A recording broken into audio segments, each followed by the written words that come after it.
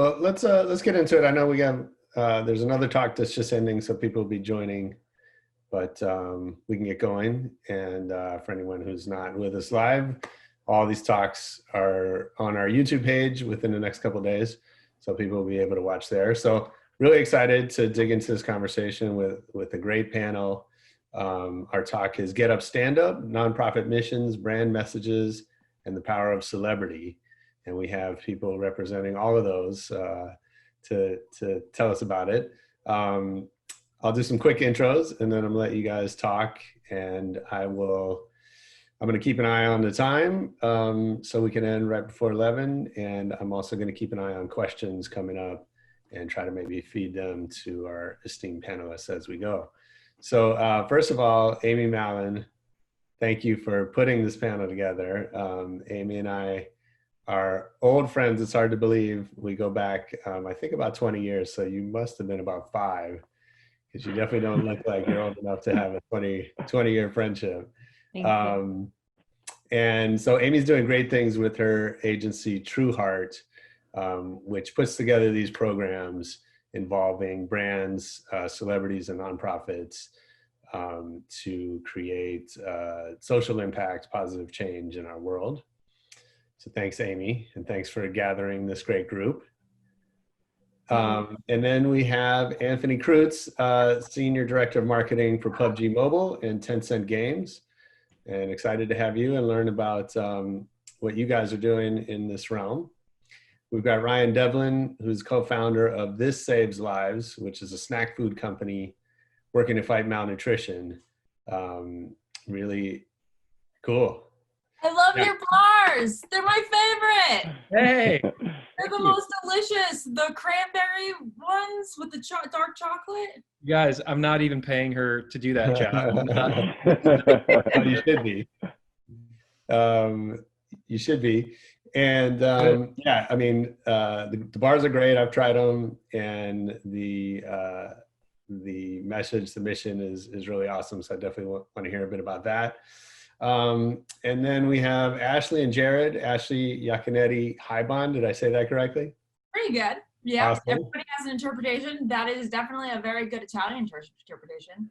Okay, cool. And Jared Haibon, our first couple that we've had on the AMP Summit, Bachelor and Bachelorette, and as well as you guys seem pretty busy. So Jared is the co-host of Help, I Suck at Dating podcast. And Ashley, I think you just finished a podcast right now. If I'm not mistaken, you have 2 podcasts, I Don't Get It and Almost Famous. Yeah. Sounds like a lot of work. So thank you for making time. Thank you. So for everybody watching, jump in with comments, questions, jump in the chat, raise a hand. We will do our best to get all your questions answered. And so if you don't mind, I'm going to put out a question to everyone on the topic of causes and how you're using your brand budgets, your time, your energy, your celebrity platform, your influence to make a difference in the world. How do you choose? There's so many important causes. You know, there's the topic du jour, which seems to change depending on what's happening out in the world. But how do you choose where you're going to put that energy? I'll put that to everyone, whoever wants to jump in. Sure, I'll just jump right in. You know, and being in gaming, we get a very disparate audience. We run the spectrum from anywhere from 13 to 70, so to speak, playing a lot of our content. It's really putting our fingers on their pulse. You know, what are they interested in? They're very opinionated. You know, we get that from gamers. They know what they want and they know when they want it, essentially. So we try to align ourselves kind of with some of their initiatives. Our audience is very socially aware. A lot of things they hold near and dear to their hearts, be it the environment, be it any pandemics that's going on as well. They talk about that in the games. We have a very social game, so it's a lot of chatting goes on inside of our content as well. And it's more of an experience. It's less about just gaming, just to play a game and try to get an objective, but it's also about being socially connected as well. So we get a lot of ideas and a lot of content integrations based on what they want. We try to tailor that experience to them because they spend so much time, not only in the game, but in our social channels as well. Yeah, that's great. Yeah, I think for speaking personally, it's always difficult choosing a cause because there are an overabundance of causes that need help, and so it's difficult to decide. Well, we'll put our money and time into this cause instead of this cause, and that's actually a very difficult thing to decide, as you guys know. And so I think for me personally, it's a lot. We choose causes that we've seen firsthand or we've been personally involved with. I've done some work before with something called the Tomorrow Fund, which deals with kids with cancer. I used to volunteer at a camp, so that's why I spent some time and financial investment in it. And then Amy, myself, and Ashley just did a fundraiser for the Ronald McDonald House of Los Angeles. And I used to, at the hospital that I worked with, the Tomorrow Fund back in Rhode Island, also had a Ronald McDonald House in the hospital. So when the opportunity came up for us to work with Amy to raise money for Ronald McDonald House over in Los Angeles, that was a great opportunity because I saw firsthand how the Ronald McDonald House helps families with children in hospitals. And then, of course, like you guys said, with the times comes different causes and fundraisers that you want to invest your time in. And like Ashley and I just did a quick fundraiser for the NAACP. And then we've also tried to raise money for COVID relief. Obviously, both causes are on the forefront right now. So I think that's how we kind of decide where to put our time into. I think for us at Trueheart, we feel really blessed because every day we get to pick causes that we're passionate about to support and rally our friends at our favorite purpose-driven brands and talent who want to use their platform to give back. I'll say for me, my heart always pulls me in certain directions. Kids, I can never say no to. So children's healthcare is a cause we get behind a lot at Trueheart. Climate change and the environment is also a big priority for us. Making sure our veterans have the programs and services that they need when they come back from serving this country has also been a priority for us. Supporting racial equality, female empowerment, LGBTQIA youth. There are so many different causes that are important and amazing organizations that are on the ground doing the hard work day in and day out. So I think it's important to do your due diligence, see where your time and energy can be best served, and then rally some great people that can get behind the cause and come together to make a difference. And then I guess it's me. So, I mean, it's such a good question. It's looking at it through the lens of entrepreneurship, which is, as a co-founder of This Saves Lives, we're a purpose-driven brand. We often say that we're a mission with a brand rather than a brand with a mission. We're very mission forward. I mean, we're called This Saves Lives, right? Formerly, This Bar Saves Lives, as we launched just selling snack bars. But it all starts with an emotional connection, I think. So, when I traveled to Liberia, just 2009, with co-founder Todd Grinnell, we were doing some work there at an orphanage and refugee clinic, and we kind of got just smacked in the gut by coming face to face with children who were suffering from severe acute malnutrition. And we'd seen it on the news, of course. I mean, it's, Anderson Cooper and many others have highlighted the tragedy of severe malnutrition, that it's completely preventable. But until you really get to know it, as some of our other panelists here have said, until you've developed some sort of personal connection with it, it may just kind of be some noise, some concerning noise or some motivating noise, but it maybe it's not resonating with you personally. But when we met those children and those mothers, that's when we came back to the States and said, okay, how can we make a dent in this? How can we actually, really create something that would make a lasting and sustainable impact on the lives of kids around the world? And I don't think we would have done that had we not come face to face with it in Liberia. And so that's what motivated us to start the company. But I think that's also how many people will choose their causes, whether personally as just philanthropically to give, or on a mission-based side.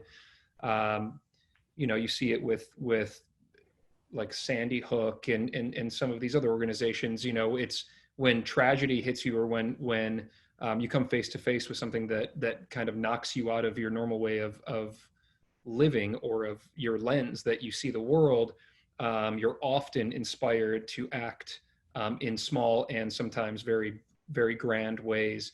And having that personal connection is really helpful, because it's not always easy, whether you're just somebody who wants to give, or you want to volunteer, or you want to launch a business that does good. You really need to be, I think, grounded personally in the cause, or the causes, or else it's too easy to just quit when things get tough. Yeah. So let me build on that a little bit, because you have a unique, as you said, a mission with a brand. I think is the way you put it, right? And so unlike sort of traditional brands, right? You're the mission is at the heart of everything you do. So can you talk a little bit about what are the benefits and the biggest drawbacks of being set up that way? Yeah, thanks for the question. It's a good question.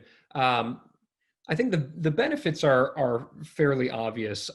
It feels good to do good, and if you can help people to feel good, it feels good to feel good, so they want to feel good again. And so if you can, in a way that's authentic, in a genuine and kind of transparent way, give people, in our case customers, an opportunity to feel good, then they're going to want to do it over and over again. So that ends up being good for business. One lifts the other, right?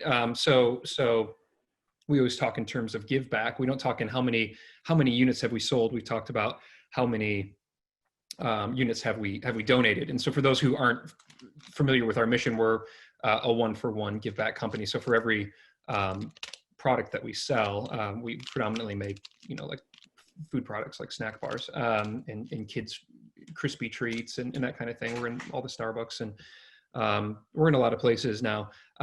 For everyone we sell, we donate a packet of life-saving food aid to a child in need around the world.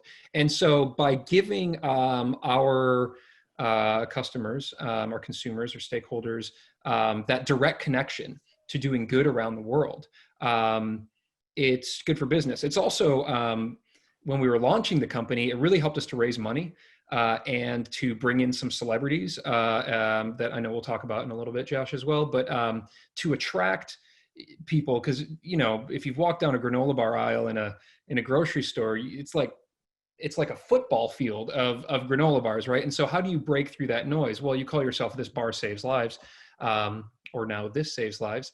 But it also helped with conversations when we were raising money. When we go and talk to an executive at a grocery store, in the marketing team, and say, this is what we're doing, they're like, wow, finally something different that we can talk about.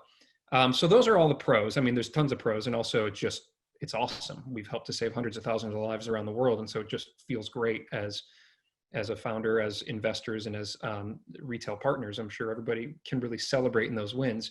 The potential challenges to something like that for us is that we're almost competing with ourselves, which has just been this ongoing conversation within the company, because we have two great things to talk about. We've got this amazing mission that's so loud. We're called This Saves Lives. Like, that's like so in your face. And then we've got great food. And there's almost a little cognitive dissonance there when a consumer only has a few minutes to choose something. Do they choose the thing that says, we've got 5,000 grams of protein and all these probiotics and all that, or do they choose the thing that says this saves lives? And our food is dynamite, as we heard from Ashley. We've got really great bars, but sometimes we have a hard time getting that message out because we're getting out the fact that we're saving lives. Or sometimes if we're talking about how great the food is, then we're not getting out what our mission is. And so we've had to, it's been a little bit of a tightrope to kind of navigate, like, who are we talking to right now? And what message do we really want to get across? It's a good problem to have, but it's a problem nonetheless. There isn't like that, just like that one crystal clean message that we're trying to communicate. At any given time, it might be a couple messages. Yeah, that's great.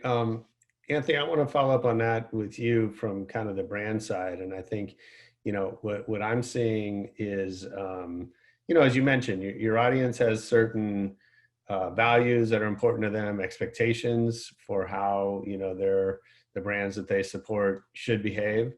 At the same time, at least in the brands that I talk to, there's a lot of fear of kind of stepping on a landmine, right? We have cancel culture happening. We have, obviously your audience is not all one set of beliefs or values. I think we're seeing, for example, a lot of brands that want to jump in and be really vocal about, let's say, Black Lives Matter, and others that want to just remain silent and not getting any hot water. Can you talk about how are you navigating that, both with your audience, your consumers, as well as internally? Yeah, great question, Josh. It's really a landmine, right? I mean, a minefield. We can step on one of those landmines at any moment. Sure. But it's something that we embrace instead of kind of run away from. Again, we look at ourselves more of a platform than as a singular gaming experience, because our game brings so much to so different many people who are playing it. And it's really not necessarily avoiding those pitfalls, but addressing them. Sometimes you have to address those in a game, be more socially aware in the games, being able to weigh in when there's harassment, when there's bullying. We have a very robust policy to deal with that. So we want that healthy discussion, but we also want to be respectful for everyone. And that's where we built up that credibility, with our audiences, with our communities as well, because they know that you can't just do anything and say anything you want, via our platforms. There are going to be consequences. And I think when you set those parameters, you set those kind of guidelines and those, the roadmap, so to speak, and everyone signs onto that, it starts to permeate and create that healthy environment. And we're engaged with the audience. It's just not us just putting content out there and letting them just consume it however they want to consume it. We're actively engaged with them, monitoring, making sure that they are adhering to those policies without a heavy-handed approach. They know that we love bringing these experiences to them. They love experiencing those experiences and share it amongst their peer groups. And they are very active at creating a healthy environment. One of the things that we're very proud of in the game is we use a lot of our core gamers as our advocates, as our kind of in-game eyes and ears. And they're very good about policing themselves, just because they want this experience to be rewarding for them, because they spend so much time in the game and they have so much heavily invested in their in-game avatars and characters, that they don't want it to devolve in anything that's toxic or unhealthy. So they do a good job of policing themselves. So we have a very kind of not necessarily hands-off approach, but we're just a guiding spirit, so to speak, and that really helps out. It helped us build a lot of credibility up. Part of our corporate initiatives is not just gaming for good, but also being responsible as a gamer, and that can be not playing a game for 12 hours a day, and ruining your kind of your balance of life. But it's also making sure that they are aware of what's going on in the world and that we care as well, and we're reacting to that.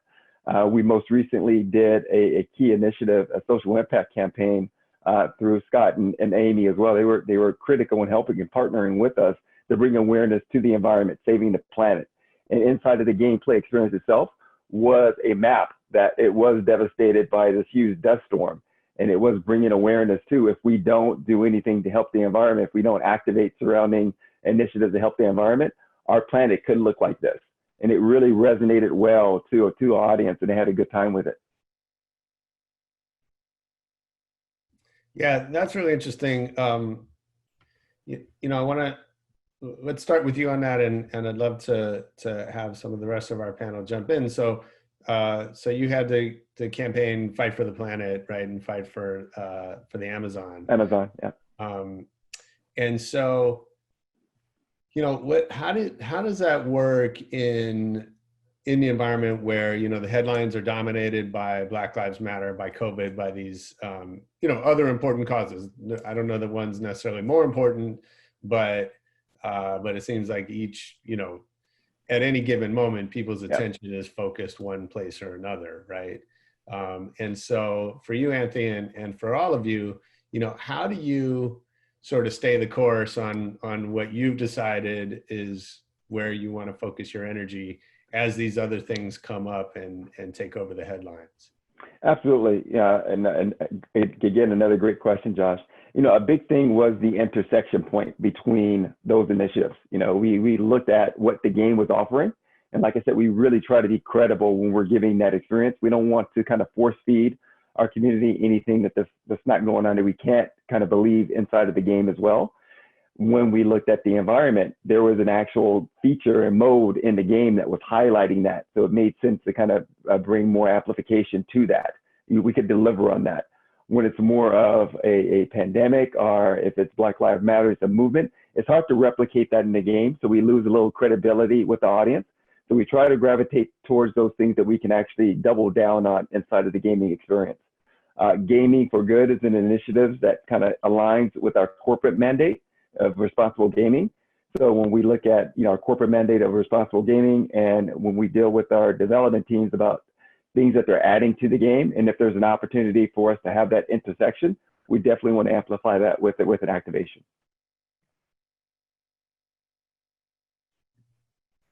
Anybody else want to jump in and kind of talk about, you know, how do you stay focused on the course when the headlines are dominated by, you know, maybe an issue that's not central to what you're doing?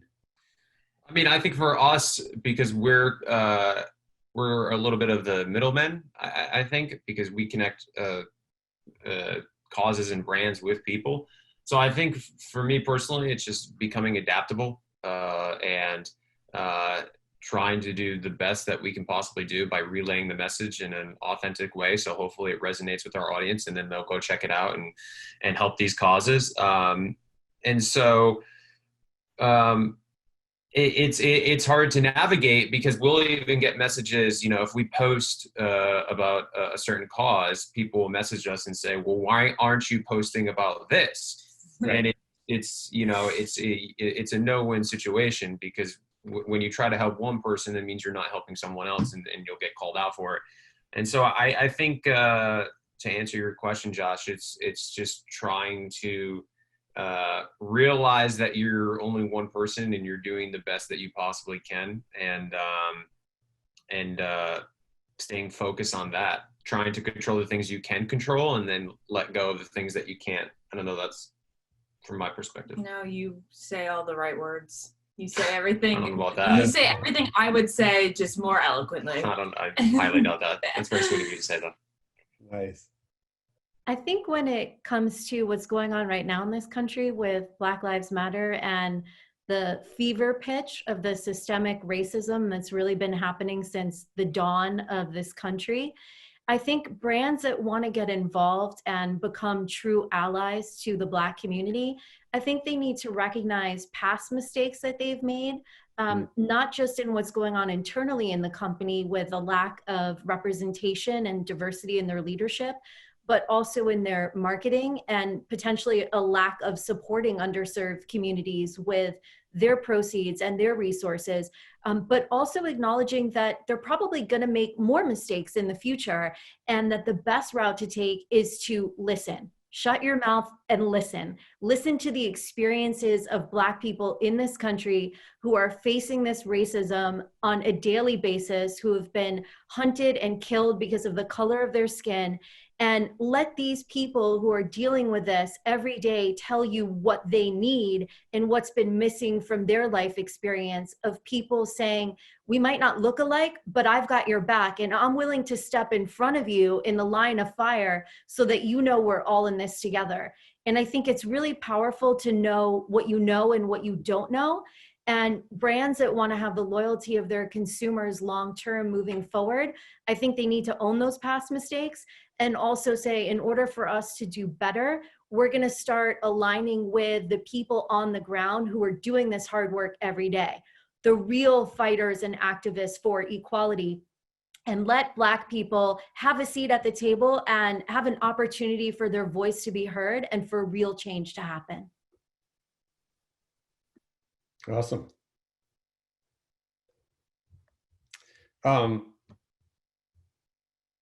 So Amy, let's follow up on, I know in your business, you talk about the transparency of giving, which I think is relevant to what you're talking about, right? Which is, if someone's, well, maybe kind of explain what that is and how it plays out in the Sure. campaigns that you run. I really believe that the key missing ingredient in philanthropy is transparency.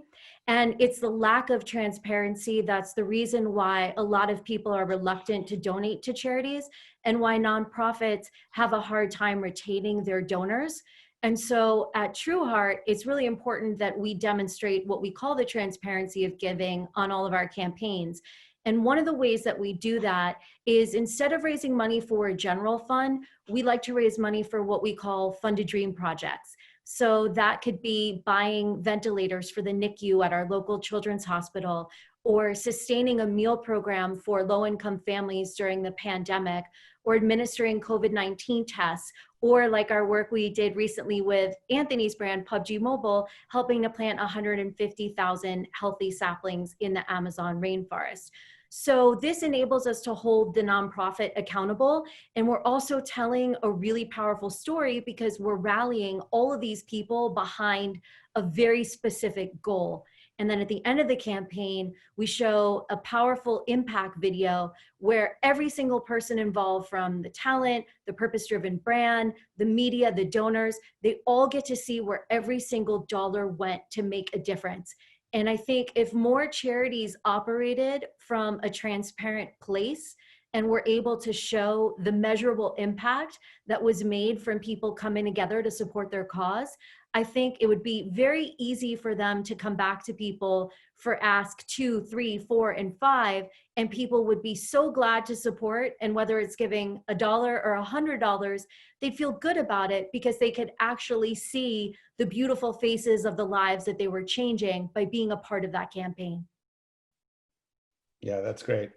Can I just piggyback on that too, from just a brand point of view? I think, Amy touches on a super important element of any sort of philanthropic initiative, whether it's charities, as she spoke of, or a cause or purpose-driven brand like we have at This Saves Lives. And that element is follow through, closing the loop. It's far easier to raise towards a cause, like whatever the cause du jour is, or just something that's been kind of perennially around and needed a lot of support. I mean, as we've discussed, there's no shortage of issues out there that just drastically need attention. It's a lot easier to raise to those than it is to then actually follow through with the impact, whatever your impact was intending to be. And then perhaps even most importantly, from my point of view as a brand, to the consumers, to the people who are actually doing it. And so, when we launched This Saves Lives, that was one of our pillars. Transparency was a huge pillar for us. Accountability, the efficacy basically of the work that you're doing. And so, on our website, we've got like a counter that shows how many packets of life-saving food aid are going to children in need, where they're going. We have 5-star Charity Navigator rated nonprofit partners. We are not our own charity. We didn't think that we could even assume to be better than NGOs that have been around for tens or over 100 years, working in the countries where we had intended to serve. So we took that element out and we partnered with great organizations that are already doing the work, and we're supporting the work they're doing. And that allows us then to close that loop. So, video is great. Amy touched on that. How can there's no better way to emotionally be able to connect with the people who support your brand or your cause than to show them what their efforts have done, whether it's their purchase or their support or their vote or their donations. Show them the work that's being done. That'll connect them with what's happening. It will obviously lend a lot of credibility to your efforts, your organization or your business. And it'll motivate them because it feels good to do good. It'll motivate them to want to continue to do more. So that transparency and that kind of closing of the giving loop is so important, I think. And again, from a brand point of view, especially in an age where there's a bit of cause washing, you know, where maybe there's brands out there that have seen Warby or Tom's or This Saves Lives or Patagonia, or, you know, some others out there. They don't have to necessarily be a one-for-one, but brands that are known and that people are incredibly loyal to because of the work that they do beyond just the purchase. And they're seeing that and they're saying, well, you know, what can we do for a marketing thing? And so they come at it from a marketing lens. And they say, well, what cause could we have that would resonate with the consumer today? That's not a great way to come from. I got no problem with it if they follow through on it. There's no such thing as bad philanthropy in most senses. You know, if you're doing good, do good. The world needs it. But oftentimes they're not as transparent and they're not as able to close the loop on what the give actually did. And I would be wary as a consumer or as a potential donor on any organization or brand who doesn't joyfully and willingly and aggressively peel back the curtain and say, this is what we do, check it out, you know, and so that's on us too as consumers to make sure we're asking those questions.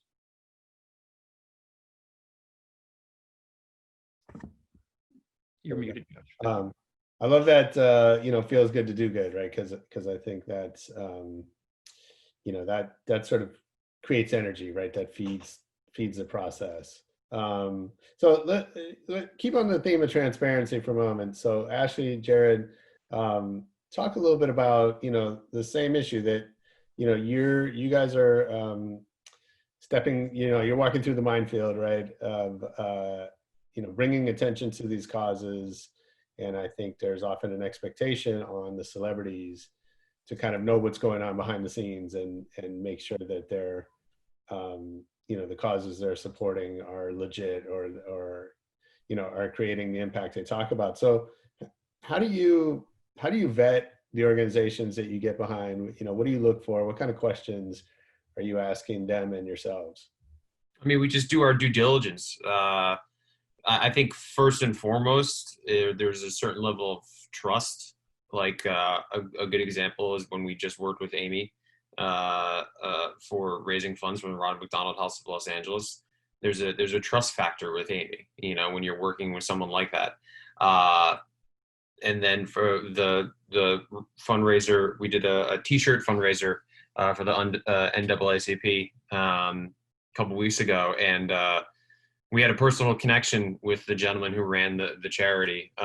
So again, it comes back to like an emotional connection with a lot of these causes. And when we already have you know, 1 degree of separation? Like where you know someone who knows someone, that already creates a trust level in the work that they're doing because someone is vouching for them, or you know them personally, or you've been to certain events, like a lot of fundraisers that we go to. A lot of companies that we work with will attend fundraisers, will attend charities, so we kind of see the work that they're doing in person. And then, of course, with people that reach out that say, please post about this, please raise money for this, you know, of course, we just kind of do our due diligence, researching, talking to them, asking, of course, you know, what's going on with their cause, why did they start it? Kind of what happens, you know, when you know, so say we do raise a certain amount of money, where does that money go? And then we always, you know, follow through, reach back out, have communication lines open up with them, you know, saying, oh, the money that you raised from this particular fundraiser that you guys posted about went to here, and this is kind of the impact that has happened since we've talked. So that's how, you know, we quote unquote vet, I guess, different fundraisers and charities that we reach out to us. It definitely comes down to the personal tie, and we've been lucky to have friends who have charities, or well, the most successful charity raising we've done is probably when we've done events. And one of the events, the money went to a foundation called She Lift. That's because our friend is the creator and founder of it. Then there was another one where we raised money for the children's sect of the hospital that my dad works at. So everything's kind of had a tie of trust there. Yeah, that makes perfect sense. And I think, you know, to that point, it's really on everybody involved to make sure that that these efforts are achieving the goals they set out.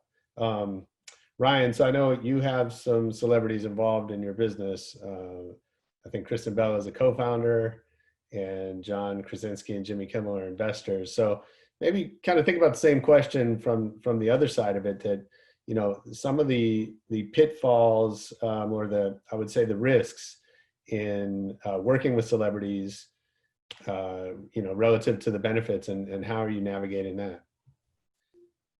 Well, yeah, good question. So from brand point of view, for any entrepreneurs out there who are tuning in right now, I would say the risks or downsides to having celebrities involved are almost zero. I mean, it's, you know, when you're trying to break through the noise, a celebrity helps, or a ton of celebrities help a ton more, typically. I mean, just kind of as a general rule. So I am acutely aware how fortunate we as a brand, as This Saves Lives, is to have Kristen as a co-founder, and we've got many, you mentioned a couple there, but we've got a long list of celebrity supporters and investors. That partially stems from the fact that the company was founded by actors. I wouldn't consider myself a celebrity, but you know, that was my background. Me, Todd, and Ravi are all actors. We worked on different TV shows together. You know, Todd and I took that trip to Liberia, came back and said, we got to do something about malnutrition. We thought it was going to be small scale. We thought, honestly, we're going to do like some farmers markets with some granola bars, and it's in the best way, turned into a big thing. But Kristen is obviously in a different stratosphere as all of us. And so I guess what I would say is, like, look, as long as the connection is authentic, as long as there's a genuine connection to your cause or to your brand, you can't go wrong, I don't think. Now, if you take somebody, if you're like a brand or you're a cause and you're like, God, we just need somebody with 10 million followers on Instagram or whatever. I think I have like 800, so 10 million might not be a realistic number. Whatever a brand would normally seek. Then you're trying to just, you know, it's not coming from necessarily a genuine or authentic place. It might be a match made in heaven. You might work through somebody like Amy, for example. You could reach out to Amy at Trueheart and say, look, this is our cause, this is our brand. We really want to break through the noise. What can we do? And then she would find you, because she has these relationships. Likely she would be able to make a connection that would make sense. But what you see as a pitfall is like an incongruous celebrity that's just slapped onto a thing. And I can't think of any examples, and I wouldn't want to throw anybody under the bus, but there's probably a million of them out there. For us, at This Saves Lives, I mean, Kristen's genuinely a co-founder. I was baking granola bars with her in her kitchen. We were doing all the taste tests together. She was pregnant with her first kid at the time, and so her taste buds were heightened, as apparently that happens. And like, from before we had a brand, she was in, and we built the brand together, and Kristen and I go way back. And so that relationship was, you know, very genuine, very real, and she's incredibly involved. And obviously over the course of the years, her celebrity status has grown beyond, you know, where it was when we launched the company, and it hasn't changed her authentic, genuine involvement in what we do. Some of our other celebrities that are involved are, you know, they just want to be silent investors. They don't necessarily want to put their face on or their name on it. They've got competing endorsement deals or any number of other things. And so they're in, but maybe they make some intros. Maybe they make a phone call on our behalf, and you know, they're a little behind the scenes, but they believe in what we're doing, because we're fighting malnutrition around the world. So, you know, everybody who's in is in because, not necessarily because they love snack bars. I mean, most people love snack bars, but they're in because they want to save kids' lives. And we're giving them an opportunity to do that in a way that's transparent, and that carries that impact, and that ultimately could be good for their brand, right? So there's a symbiotic relationship there. And I think, similar to what we try to do with the consumers, we really try to do with all of our investors and stakeholders. We make sure that people know what's happening, what's going well, but maybe even more importantly, what's not going well. What are our challenges? Hey, the pandemic hit. Starbucks just closed down 15,000 locations. We're not selling any product in Starbucks right now. What does that mean? Well, you know, it means we're not going to hit our quarterly income goal, or it means we're not going to hit our quarterly giving goal. How do we make that up? How do we hustle? All right, well, Kristen went to bat for us, and we launched a new line of kids crispy treats that are nut free and have fruits and vegetables kind of hidden inside of them. They're like delicious, things. We launched those during the pandemic, and she went to bat for us on social media, and we sold out the entire inventory in a day. And it helped to offset the fact that every Starbucks in the country was closed. So, again, when you're emotionally rooted to it, whether you're a celebrity or not, you're going to get behind it. And so not every brand has the luxury of being able to just call up a friend and say, hey, will you get behind this, and have that friend be a mega celebrity. And so I know how fortunate we are to have that. But if you don't have it, your cause can be your celebrity. You look at Warby Parker or Tom's, kind of in the early days, it's not like they had somebody's face all over their thing. Their cause was their celebrity, the quality of their product. So Patagonia, that kind of thing. Like you don't always have to have a celebrity to succeed. We were just fortunate to have some authentically involved to help amplify the great things we're already doing, which I think, would have succeeded on its own anyway, because it's a great model and a great product. But having the celebrities certainly accelerated, I think, that success. Yeah. So Anthony, maybe, talk a little bit about, I know you mentioned Gaming for Good. I love the way that it sounds like you guys come at it from this, community first perspective. Walk us through a little bit about maybe some of the internal conversations. What's the process for navigating, or, what kind of obstacles are you running into internally in a pretty big company to be able to put energy and resources towards that? Yeah, a pretty big company is an understatement, Josh. We're a big multi-conglomerate global entity, so to speak. We have our kind of tentacles in a lot of different ventures, be it on the entertainment side, then on the IT and technology side as well. So we have a lot of disparate parts, a lot of moving parts, and it's navigating that kind of dynamic because everyone has competing priorities.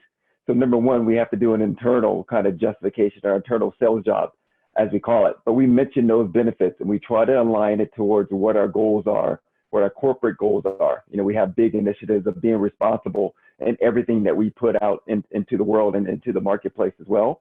So we start from there as a base, saying this is achieving one of our main goals as a corporation. Then we start kind of peeling back the layers of the onion. Now, how can we really get engaged with this? Because credibility is really important. We just don't want to kind of slap our names or something or do something halfway where it doesn't feel like it's credible. It doesn't feel like it makes sense. That's why I mentioned earlier about the intersection, making sure the initiative makes sense for what we actually put out there. Be it that PUBG Mobile is, more than a game, it is a platform. So we look for ways to how do we integrate those things, those main statements, as well as the cause inside of the gaming experience to leverage that credibility, because we can do so much inside of the game, not just from a exposure and awareness perspective, but actually a gameplay perspective as well, a gameplay mode perspective as well. Getting our communities to do a certain event inside of the game to unlock something from everyone, right? That's really key. For example, for the Fight for the Amazon, we had a jungle mode in the game that, looks kind of like the Amazon. So we're able to make that connection inside of the game with our users. When it came for Fight to the Planet, I told you that we altered that map and had a huge death storm to bring awareness towards the acidification of the oceans, also the desertification of farmlands, in Africa as well. Doing something that makes sense, getting someone to play on that map, a certain number of times, and it unlocks a reward for them. So it's just reinforcing what we're trying to deliver to the wider audience. We hope to expand that out, not just from the game itself, but expand it into their own peer networks, their own social media channels as well, not just ours, but our users as well. So it just extrapolates the message, and that's something that we tie back to, our corporate decision makers to say, this is reinforcing what we believe in and what we're delivering to our audience from a gaming perspective, but also from a social consciousness perspective as well. And then comes the challenge of, perpetuating it. How do we make this a longer term initiative? How do we make this part of our DNA?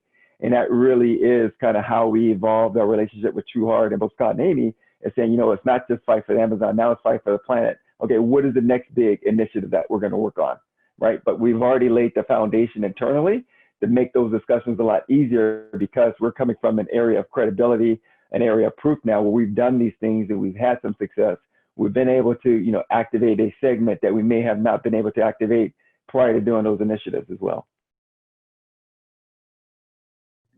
Yeah, that's great. Well, I know we're coming up on our close time, but I want to talk a little bit. We got a question from Jaden about, you know, how COVID-19 is impacting all of this work. And so I'm definitely, you know, I'd love to hear from all of you, sort of like, you know, what are you doing differently? What is, you know, when you think about, especially these charitable or cause-related efforts, maybe through the end of the year, how are you adjusting your process?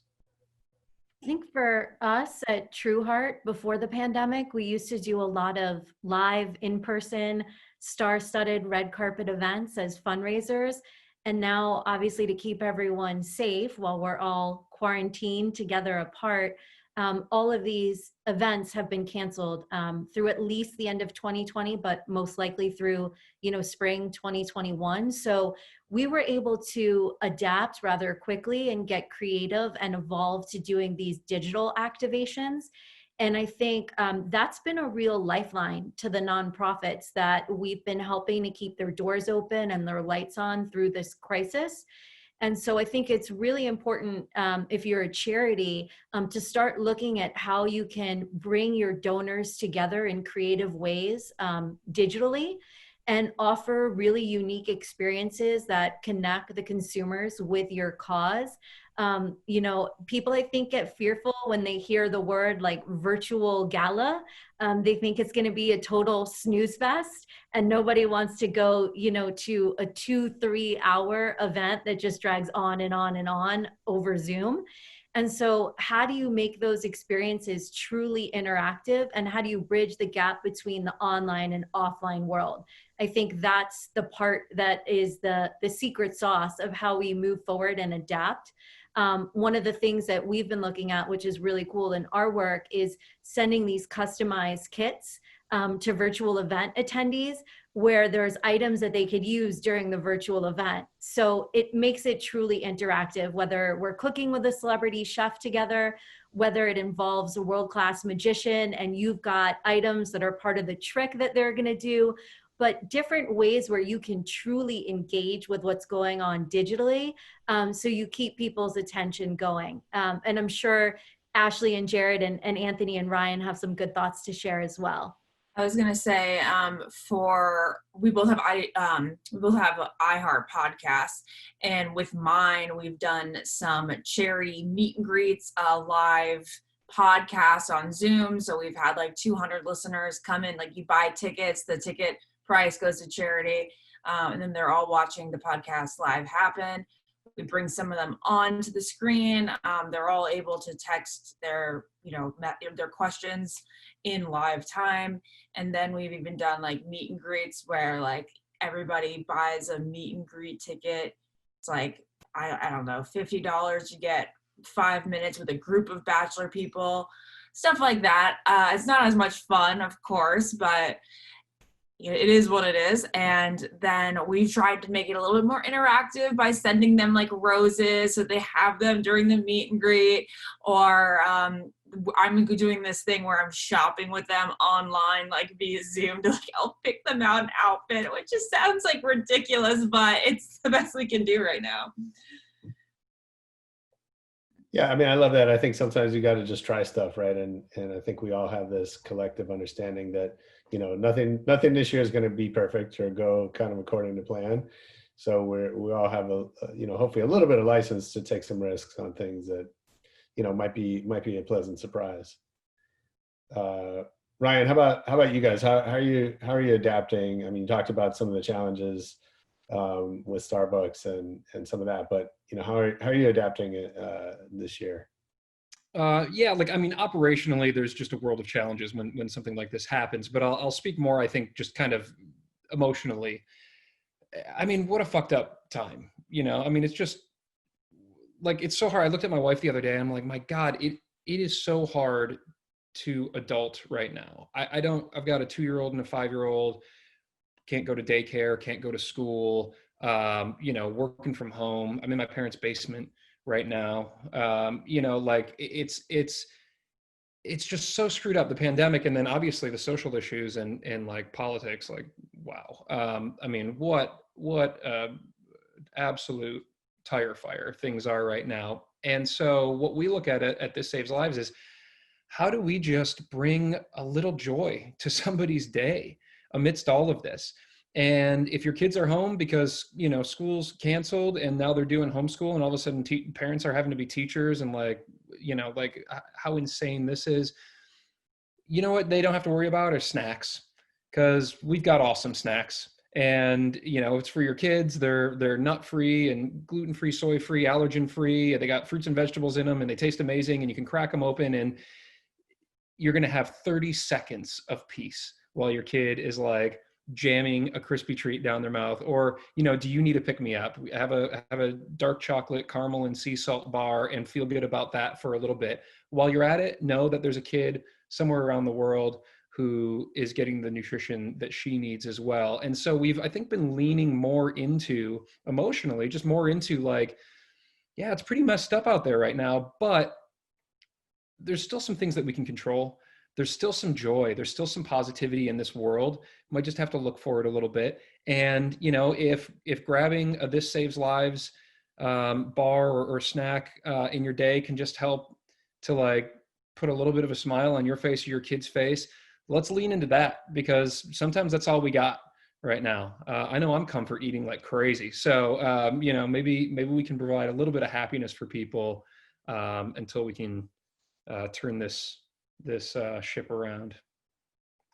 Yeah, that's great. I mean, I think, you know, it's, you know, that highlights so much of what we talk about, that, you know, it's up to each of us to figure out what kind of contribution we can make, right? And whether that's large or small, to, you know, as you said, to make someone's day better, or bring some joy into the world, or, you know, if nothing else, turning our focus from all of the crazy shit that's happening to what impact can I make? I think that's, it's not only important for the world we live in, but it's really beneficial to us, to each of us personally. Anthony, you guys have, you know, a digital business that's in some ways protected. I think gaming is one of the unfortunate beneficiaries from, you know, everyone being at home stuck in front of their screens, but some challenges nonetheless. Yeah. So, you know, talk about that a little bit, how you guys are adapting, and especially in your social efforts to COVID. Yeah, definitely. Since we are a digital platform, that transition has been a little bit easier for us to kind of navigate. This is kind of our wheelhouse, so to speak, but it's under kind of not ideal situations. We don't want to kind of force people into playing our game. So what we try to do, we try to embrace that. We try to make it, you know, fun for them. If we can kind of remove them from reality, you know, for 30 or 40 minutes to let them focus on, you know, having fun and giving them a release, that's something that we try to reinforce. We had a couple of virtual initiatives that we kind of team up events. You know, we call them, part of our game is when you win a match or you win a tournament, you get a chicken dinner, and winner chicken dinner. So we had some events that's going on. So some programmatic events on a weekly basis. We call it chicken dinner at home, is when you can get in and really earmark some time for you to connect with your friends and try to go after and win that chicken dinner and get a little bit added notoriety from winning a certain event during a certain time. Those have been very successful for us. It's activating a lot of our key influencers, a lot of our key content creators that create a lot of user-generated content for the game, because you can do so many different things with it. It's activating them and showing a day in the life of what they're doing and kind of what they're creating and putting out to the community as well. It peels back that veil. So it gives them another outlet, another platform, kind of to elevate themselves. This is how we're kind of, you know, sticking out and slugging through this pandemic. It's also still making those connections. A lot of it is, you know, logging on and just chatting with your friends. Just because you can't see them in person, the game allows you to kind of maintain those connections. You know, we're known for also creating relationships. You know, people have met their best friends and met their girlfriends or boyfriends, and we've also had a couple of engagements, you know, through the game as well. So it's just reinforcing that social connectedness, even though they're apart as well. That's a great note to end on. I appreciate us kind of closing out on a positive note. I want to thank all of you for a great conversation, for your time and and for all the work you're doing. I think it's important stuff. And so for anybody watching, if you want to share this talk, it'll be up on our website, our YouTube page in the next couple of days.